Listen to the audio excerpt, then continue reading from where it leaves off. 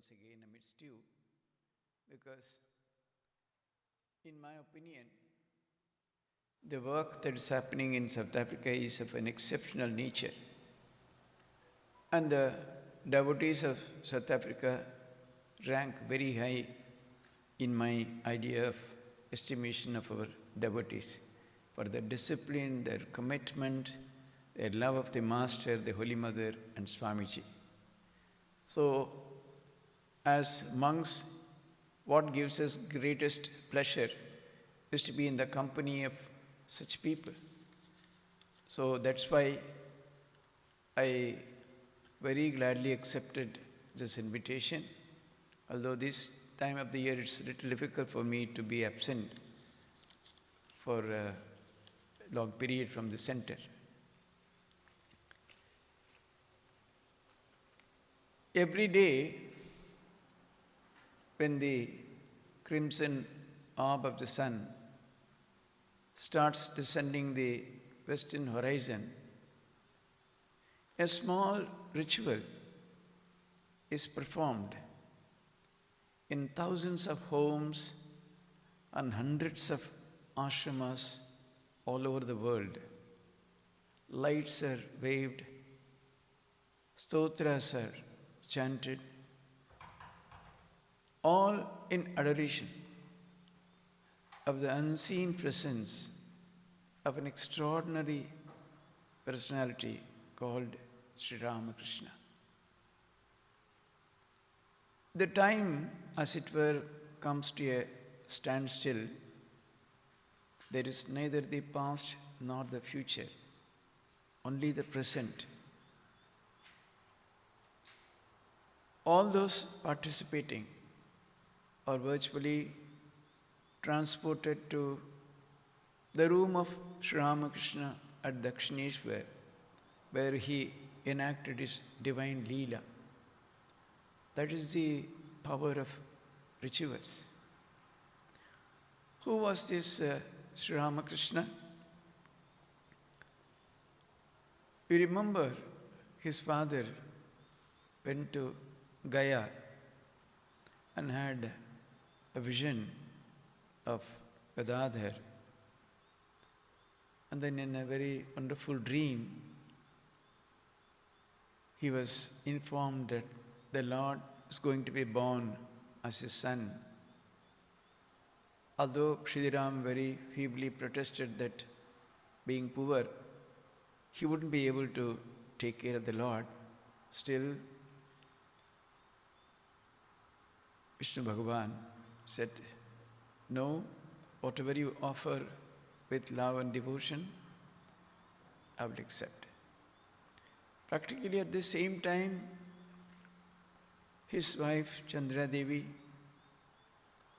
she also had a wonderful spiritual experience. She was worshipping in the Shiva temple near her house in Kamarpukur. And suddenly she felt a stream of light emanating from the Shivalinga and entering her womb, as it were. She fell unconscious, and when she regained her consciousness, she felt that she was carrying a child. So it's a very wonderful, unique experience. Was, even at his birth, he was an exemplary example of Dharma Samanvaya, where Vishnu and Shiva together confirming through two different visions that the son who is going to be born would carry the aspect of Shiva as well as Vishnu. Many of his disciples had different visions of Sri Ramakrishna. Swami Vivekananda saw him as the wonderful Radharani. Swami Turiyananda, when he visited Puri Jagannath, saw in place of Jagannath the living form of Sri Ramakrishna. Swami Vivekananda described him as the greatest of the avatars. I mean, it's famous that pranam mantra, Stapakaya cha dharmasya sarva dharmasvarupine, avatara varishthaya, Ramakrishnaya te namaha. So what is this idea of avatara varishta? Because the Gita talks about the coming down of God in human form every now and then, occasioned by a necessity. The Gita says, Yada yada hi dharmasya glanir bhavati bharata abhyuttanam adharmasya tadatmanam srijamiham paritranaya sadhunam vinasaya cha dushkritam dharma samsthapanarthaya sambhavami yuge yuge. He says, whenever there is the decline of dharma and the ascendancy of adharma, to protect the noble and to destroy or punish the wicked, God descends on earth. But then this sloka makes it very clear, He does not establish anything totally new. Rather, the avatara in human form re-establishes the Sanatana Dharma or the eternal religion. So, the idea of God coming down on earth is not something not totally new. It happens. But then why Swamiji called him as the Avatara Varishta, or the greatest of avatars? Normally, it's actually each avatara comes to fulfill a particular need of the times. Otherwise, what is the need for an avatara to come again and again? The human nature is to forget. So whenever an avatara comes, again dharma is re-established, people take to spiritual striving and so on. Then over a period of time, forgetfulness comes, and then giving up that kind of a life, they indulge more and more in bhoga or enjoyment, and that leads to the ascendancy of adharma, and again that brings or that occasions the coming down of the avatara once again. That's okay. But then essentially, whenever an avatara comes, he sets a new trail, a new path for spiritual redemption for mankind.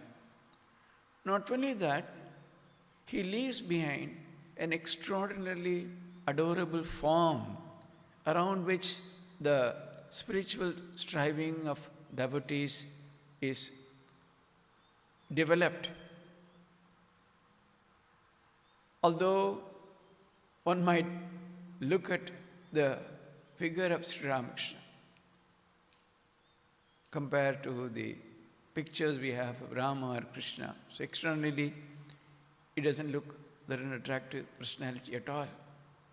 But those who take to serious spiritual lives, spiritual practices, sooner or later discover an extraordinarily adorable form in Sri Ramakrishna. That is the beauty of an avatara. So, the one beautiful idea of this avatara, or in fact for that matter any avatara who comes down on earth, is the power to attract spiritual seekers. That is how the tradition of that particular avatara gets firmly established. It grows and grows and grows and assumes a colossal form over centuries. And then slowly that also starts declining, and then again there is an appearance of another avatar. So normally about 400 to 500 years the influence lasts, growing in greater and greater proportion as time passes by. So that way, Sri Ramakrishna also had an extraordinarily unique, attracting power. If you really, one day if all of us were to sit together and exchange how exactly we came to Sri Ramakrishna, people from such diverse backgrounds, such diverse culture, far away, somebody in India, somebody in South Africa, somebody in Africa, in ever so many places, some extraordinary attractions. Some might say, we read somewhere in a book, there are many who had just seen a photograph somewhere that attracted them. So in ever so many ways, they get attracted. This extraordinary attracting power is another great redeeming feature of an avatar. So one Brahma Samaj devotee says, in his own way in Bengali, you see, sir, people come to you, suddenly you sting them, God knows, and they are completely converted. We do not know how it happens, and then they are changed once for all. So that is how they used to say about Sri Ramakrishna. And then when you say that, this kind of an extraordinary attraction, if you see from the lives of some of those who were with him at that time, some of those examples, if you see, you'll find that it's a very, very wonderfully interesting story, an interesting episodes we get from the lives of some of those. Because we'll look at them. Again, this avatara, this concept. Somebody asked Holy Mother, Mother, was not Dharma Samanvaya, the establishment of harmony, the greatest feature of Sri Ramakrishna's life? He said, no. He did not purposely, deliberately attempt to establish any harmony in anything. He was seeking truth through ever so many paths. The resultant discovery, or the final result, was the establishment of harmony of religions. So Mother herself said the most extraordinary feature of his life was tyaga, or renunciation. So you find that those who get really attracted to Sri Ramakrishna also are slowly taken in that direction, in that path. That is an extraordinary feature of this avatara, because our ancient scriptures are very clear. Tyage naike amritattva manasu. Without tyaga, without renunciation, it's not possible to get amritattva or immortality. Of course, it's of different scales for different people, depending upon our life, our situation, other factors. One has to take it in a very measured way, graded way. One cannot just jump into anything.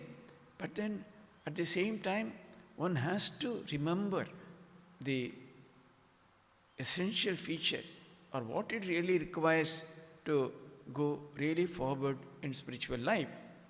So, you'll find that Sri Ramakrishna also, in his own wonderful way, gave such insights to those who were very close to him, and each one of them was attracted to Sri Ramakrishna in a very unique way, and all of them at some time or other felt a little of this extraordinary feature of Sri Ramakrishna's life as revealed by the Holy Mother. I will just look at a few examples how they were attracted and what really happened. Of course, many of these incidents are known to you. But then, actually, there is not much to be really learned anew in spiritual life.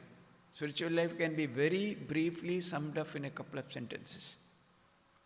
Brahma Satya, Jagan Mithya, Jiva Brahmaiva Napara. This is the truth.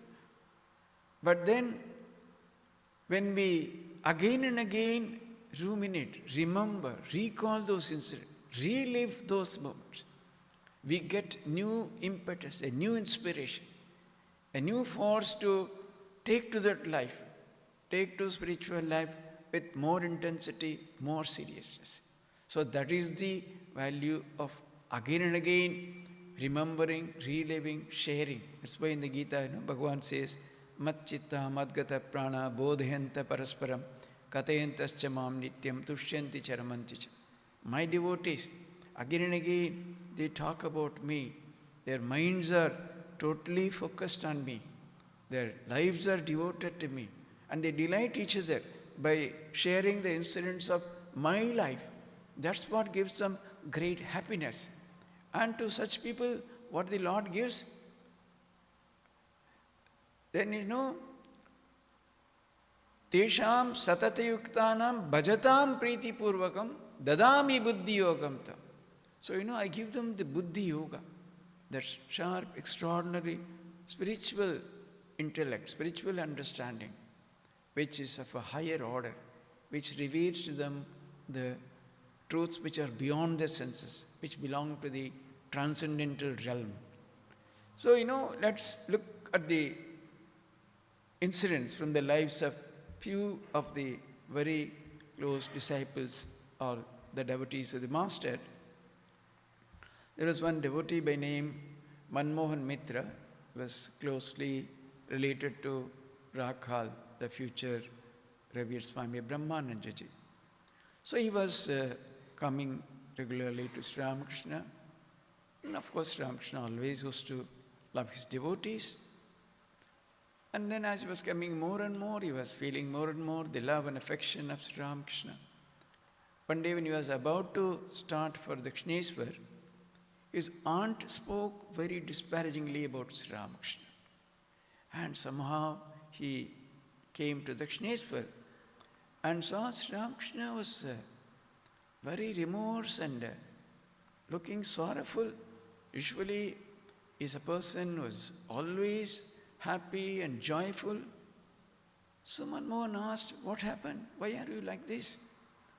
He said, one of my devotees likes to come here. His aunt is trying to prevent him in various ways from coming here. I was afraid that he might stop coming here, listening to her words. Manmohan Mitra was stunned. How something that happened in my house just a little while ago, how you could know? Then obviously his devotion intensified. But quite often, unless our devotion is tinged with a coat of jnana, we grow sentimental and we really lose track of the real meaning of devotion and the value of it. It happened in Manmohan's life also. He thought that Sri Ramakrishna loves me most. I am his dearest. And Sri Ramakrishna always knew how to apply the medicine, what type of medicine at the right time. So, before him, one day he praised very much another devotee by name Suren Mitra. And Manmohan was terribly hurt. Oh, Suren is more dearer to you. All right, I'll stop coming. Then he stopped coming. But then Sri Ramakrishna would not let him go. That's why I said it's the power of his attraction. Once you are brought into his fold, into the orbit of the circle of Sri Ramakrishna, even if you wish, you cannot go away. That is the power of Sri Ramakrishna, his power of attraction, his power of redemption, his anugraha shakti, as you might call it. So he was sending emissaries. Then Manmohan Mitra went far away to his native place, somewhere so that people can't approach him. But then, he might go away physically, but constantly his mind was on Sri Ramakrishna. Sri Ramakrishna always used to praise so much Mother Ganga. Ganga-vari, Brahma-vari used to say. Then somehow he thought he would have one day Ganges bath. He went and he dipped into the waters. Immediately he had a vision of Sri Ramakrishna and he fell unconscious in the waters. Just at that very moment, Sri Ramakrishna came in a boat along with Niranjan. Niranjan picked up Manmohan Mitra from the waters and placed him on the deck. And after some time, when Manmohan regained his consciousness, he saw Sri Ramakrishna virtually there. And Sri Ramakrishna said, finally, I had to come myself. And Manmohan wept and he realized his folly. And that's how he was kind of redeemed. And then the same Suren Mitra about whom Sri Ramakrishna praised, he also learnt his lesson. So now he was given to drinking. So another devotee of Sri Ramakrishna, Ramchandra Datta, said that, Suren, if you drink like this, what will people say? Sri Ramakrishna's devotees are drunkards. You should give up. But Suren said, the master knows I drink. If I have to give up, he would have told me. He never said anything. Then Ramchandra said, no, let us go. Let us go and ask Sri Ramakrishna. Suren agreed with the condition, we will go that, but we will not raise the topic. If he himself says, we will accept whatever he says. So both of them went. And the moment Suren offered his pranam, immediately Sri Ramakrishna took up that very topic as if from where they concluded their discussion. Suren, I know you drink. Why don't you offer it to the Divine Mother? Whenever you drink, why don't you offer to the Divine Mother and take it as a prasad? Oh, Suren thought, I have got a license. Now I can drink. I only have to offer it to the Divine Mother. And literally he did. But then Sri Ramakrishna very beautifully put a rider. But you see, you drink, but see that your legs don't wobble. He said you can drink, but you can't get drunk. So Suren had to accept. So it was within limits only. Of course, Suren became an extraordinary devotee of Mother because he was doing it with such sincerity. See, that's if you have such deep faith in an avatara and take up any practice, it can lead you to spiritual redemption. That is the power of reincarnation. He was virtually kind of mad with devotion to the Divine Mother, just like Sri Ramakrishna himself. But then Suren's lessons were not complete. So Sri Ramakrishna often used to visit this Balram Mandir, a very close household devotee of the Master. So once, and there always used to be kirtans and satsang and a wonderful atmosphere. There used to be a mart of joy whenever Sri Ramakrishna visits that place. So one evening he had come there and many devotees from Calcutta would gather and Sri Ramakrishna singing and dancing in ecstasy. It was a sight for gods. Then Suren Mitra came. He had brought a beautiful garland for Sri Ramakrishna. Of course, that garland was coated with Suren's ego. I have brought such a wonderful mala for the Master. Sri Ramakrishna took it in his hand and just threw it away. Suren was so broken-hearted. He went and sat in a corner and he was shedding tears. I brought it with so much of devotion and the Master did not accept it. He threw it away. But his The tears he shed, they removed the coating of ahankara from the mala or garland. Now they were fit for offering to God. Even while dancing, Sri Ramakrishna picked up that garland, put it on himself, and danced with greater ecstasy. And Surin was again shedding tears, but this time it was Anandashru, or tears of joy. So, Sri Ramakrishna had an extraordinary way of teaching each and everyone in a very unique and very special manner. Of course, you all know the special case of Girish Chandra Ghosh, how the master really won over Girish. It's a very big story. Let's see how much we can take today. See, Sri Ramakrishna heard about him, that he was a great dramatist and his plays were so popular. So Sri Ramakrishna wanted to see him, wanted to meet him. But he was known for his bohemian ways of life. He was known as a drunkard and a person of very questionable character.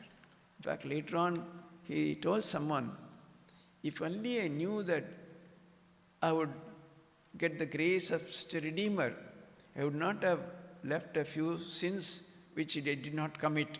I would have completed that if only I had known earlier. That was his statement. Then he sent somebody to Girish Ghosh. And Girish Ghosh scolded him and used such vulgar language and unbearable language. And that emissary came and said, to whom did you send me? This is the language he used. Such a person. Sri Ramakrishna said, go again today. Again he went. The second day he went, Girish Ghosh was simply swept off his feet. He said, this person must be either mad or a god. After all I said about him yesterday, to send someone again, that was his way of conquering Girish. Girish Ghosh came once. He offered, see, he was such a hot-headed and very arrogant person. He just with folded hands, and Sri Ramakrishna folded his hands and lowered his head. Girish did, Sri Ramakrishna further. Girish Ghosh finally surrendered. Even in this, I cannot compete. He was like that. I think once Girish used vulgar language, Sri Ramakrishna used such a language that I have lost in this also. So, he had very unique ways. And also, about the extraordinary incident of Girish Ghosh giving power of attorney, because, see, once Ramakrishna said, it's possible in any vessel, if it is washed properly, the smell would go. Meaning that any person who had committed sins, etc., can all be redeemed by the power of grace or God and all that. But then, if you had kept garlic in a vessel, it doesn't go very easily. Girish Ghosh thought that this is my case. And then he said, you must save me, you must do something for me. Ramakrishna said, he offered many things. See, take the name of God in the morning and evening. What morning, what evening? I have no sense of day or night. When do I go to bed? When do I get up? I have court cases, drama, this and I can't. At least once a day. No. Before this, it will remember. For everything I was saying, no, I cannot commit. Then finally Sri Ramakrishna said, all right, you will not do anything, you give me your power of attorney. Oh, Girish Ghosh thought that, oh, wonderful, I don't have to do anything. The master will do everything for me. I only just have to be happy and do whatever I want. But then he understood very soon. It was far better to commit to do some sadhana rather than give power of attorney. Because once he said that, I propose to do something. No, you had given me your power of attorney. How can you plan? How can you say like this? He understood as days went by. So much so, his only son died. He could not even weep. He thought that I have given my power of attorney. to Sri Ramakrishna. Whatever happens is for my good. It is his will. He is doing it. So, so much so, when the devotees were going for Ganges bath one day, and Sri Ramakrishna said, will you not go? No. If I go and take bath, Ganges would become impure. So he did not go. But long afterwards, one day somebody saw him going for Ganges bath. So they asked, when Sri Ramakrishna asked, you refused, you are going? Yes. By His grace, I have been so purified. I am going to take bath to purify Ganga. That was his attitude. In his last days, because those days there was no treatment for tuberculosis, so they send them to such places like Banaras to spend their last days and die. So he was in our Banaras Sevashrama. Sadhus, after taking bath, after Vishwanath Darshan, early morning, this is a tradition, even now that's followed. They will come straight to meet Girish Ghosh and offer namaskars. He was moved to tears. By his grace, these Sarvatyagi sannyasis are coming and they are offering their salutations to me or meeting me. See the power of redemption of Sri Ramakrishna. So Girish Ghosh used to say. No, there is another companion of Girish Ghosh, was an equal bohemian one, Kalipada Ghosh. He was also like that. He was given to such excess and used to beat his wife, ill-treat her so much. Everywhere she went, she couldn't get any solution. Finally, she came to Sri Ramakrishna. Somebody said, here is a great Mahatma, you go to. Then he said, no, I am nobody. Somebody is Nahabat, you go to her. She is the person. Mother said, he is really the person, go to him. So between mother and Sri Ramakrishna, 2-3 times the poor lady went back and forth. Finally, Holy Mother took pity on her and gave her, probably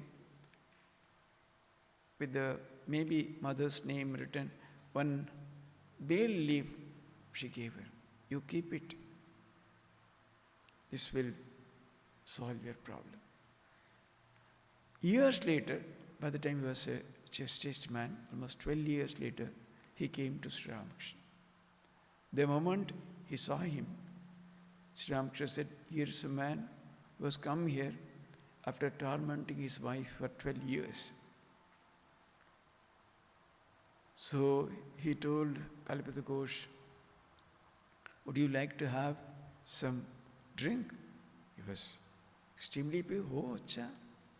Would you like to have deshi or bileti? Oh, even foreigners will have bileti. But be careful, the intoxication is such. No, for me, no problem. Sri Ramakrishna touched him, that's all. He was weeping uncontrollably. Nobody could stop him. Then Sri Ramakrishna touched him again, and then he became normal. That was the intoxication which Sri Ramakrishna infused by a mere touch.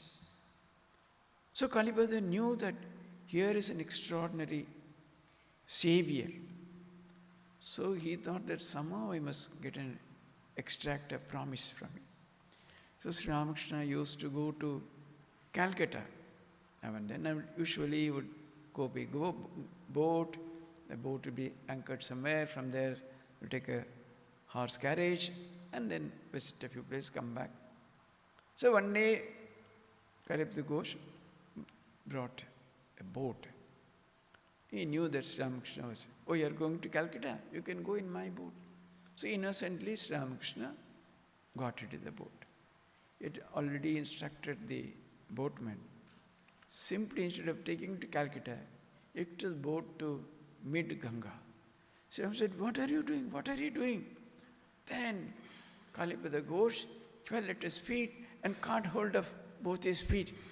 What are you doing? What are you doing? You must promise. What? You see, I have led such a life. I will see only darkness all around when I die. You must come with a lantern on your left hand, and by your right hand, must hold me and lead me. Sri Ramakrishna, he was helpless, otherwise the boat might capsize. Yes, yes, yes. He had to agree. And then the ghost took him to Calcutta. Finally, of course, he became a very great devotee of the Master and died an extraordinary death at the end. See, we are seeing how people with various backgrounds, Sri Ramakrishna's power of redemption or Anugraha Shakti operating on them. Because we have got number of the other side, monastics also, future monastics. Rakal. Kal was from a Zamindar family, was from a very aristocratic background. And Sri Ramakrishna always used to treat him very differently. Every now and then he was pestering Sri Ramakrishna for spiritual experience. He said, wait, it will happen, it will happen. One day he was polishing his feet with oil. And again he raised the topic of spiritual experience. Just Sri Ramakrishna knew that this is the time to apply the medicine. And he scolded him. So Sri Rakal was from an aristocratic background. He immediately threw that oil bottle there itself, broke it to pieces, and just walked out in a huff. He went up to the gate of Dakshineswar. He found that he could not take one step beyond that. He felt as if somebody had tied both his legs with iron chains. At that very moment, Ramlal Dada, whom Sri Ramakrishna sent, came there to take him back. And Ramlal Dada took him back to Sri Ramakrishna. Sri Ramakrishna asked, could you go? Is it possible for you to go beyond the circle which you have drawn around me? And Rakal hung his head in shame. Of course, he had any number of extraordinary experiences, I should say.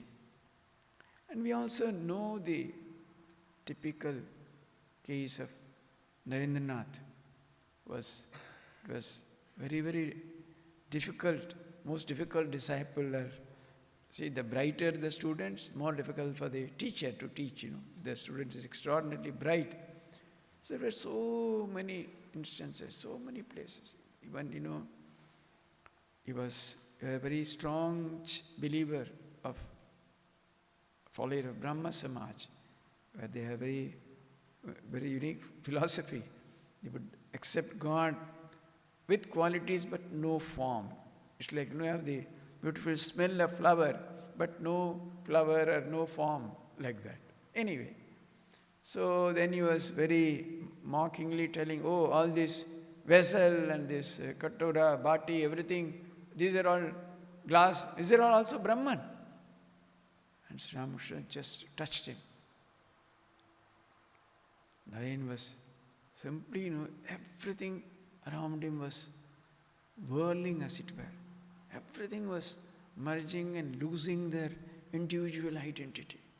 He went home, sat to take food, took a morsel, but he could not put it in his mouth.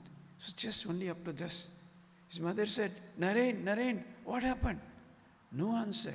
He was just experiencing that unitary consciousness, oneness. Everything was getting completely kind of merged.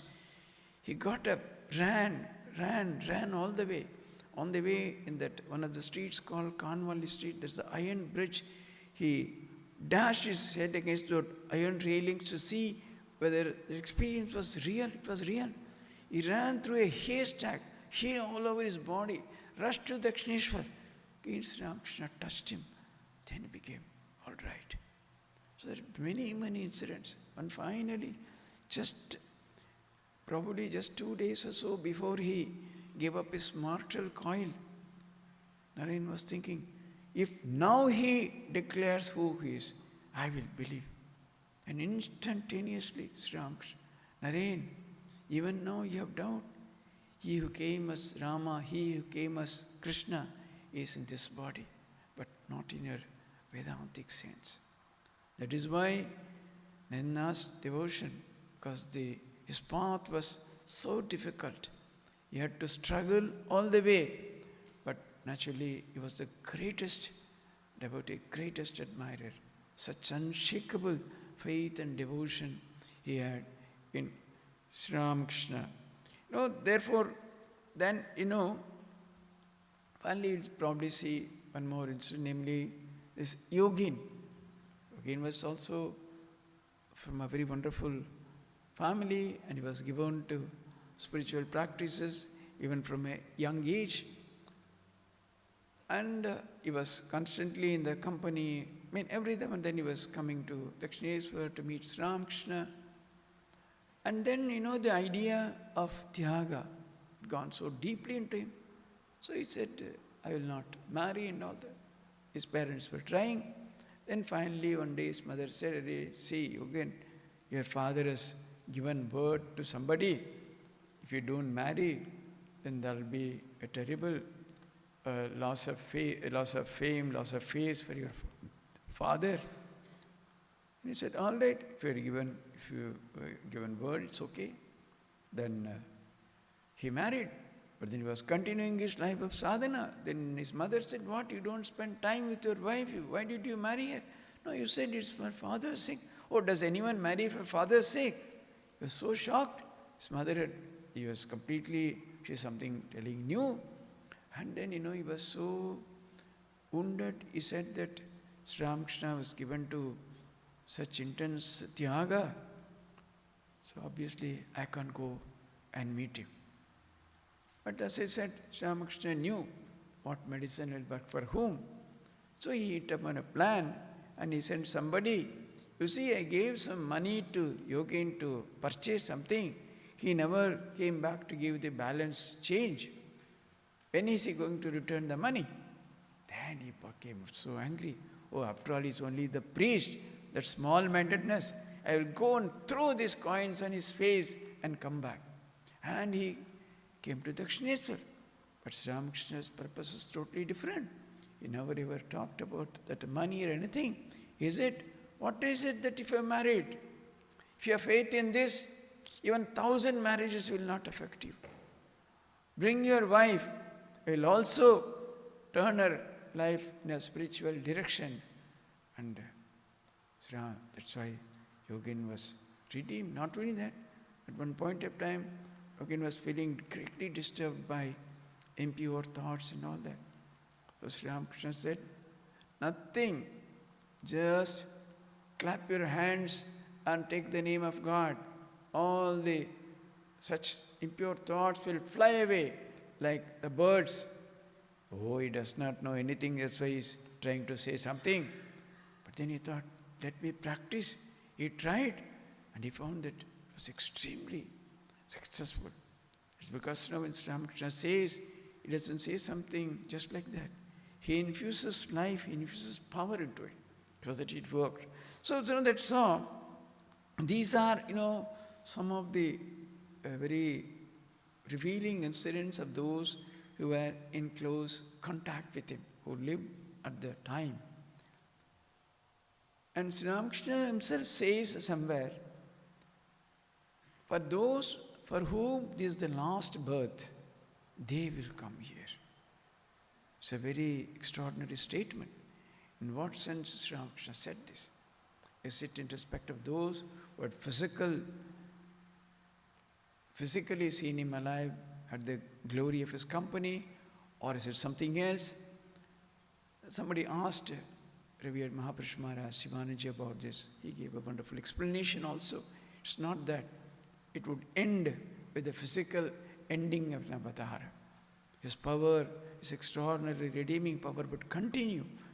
But then, obviously, all of us who have come so late often feel that what would happen to us, how he would transform us, how he would redeem us. That's why, the avatara, as Sri Ramakrishna says himself, is like a hole in the wall, he would say. There is a huge playground on the other side. There's a wall in between, and there's a hole. And through the hole, you can see. Otherwise, the hugely large, infinite playground on the other side is not visible, but through this hole you can get a glimpse of it. The same way, the avatara is just a manifestation of the extraordinary transcendental spiritual power, and that gives us an occasion to get a glimpse of that extraordinary glory which is beyond the senses. See, there is a beautiful mantra in the Purusha Sukta. It says that Padosya Vishwa Bhutani Tripadasya Amritan Divi. Only 1/4 of that pada is visible. The 3/4 are hidden. They are in the transcendental region. So, as we said earlier, the avatara, he comes on earth, sets a new path, leaves behind a transcendental vision.